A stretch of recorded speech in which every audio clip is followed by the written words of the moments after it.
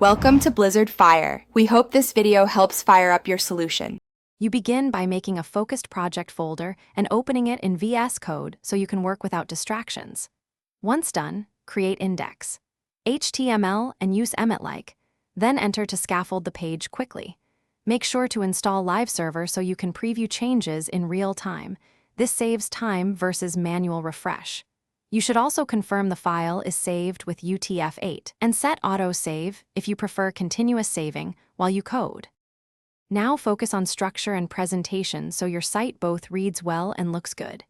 You will add semantic elements like header, nav, main, and footer to help accessibility and SEO, then create styles. CSS and link it in the head so styles apply immediately. Use DevTools to inspect elements and tweak paddings or colors while Live Server reloads. Once comfortable, implement a simple Flexbox layout and responsive meta viewport, so the site adapts to different screen sizes.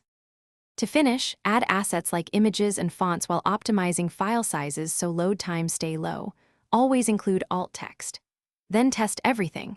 Click links, submit forms, and resize the window to verify responsive breakpoints. When ready, deploy using GitHub Pages or another static host and verify the live site. If something goes wrong, open DevTools console and network panels, check file paths and link typos, then reload cache. That single troubleshooting step solves most deployment errors. Thanks for watching. If you found this helpful, don't forget to like and subscribe.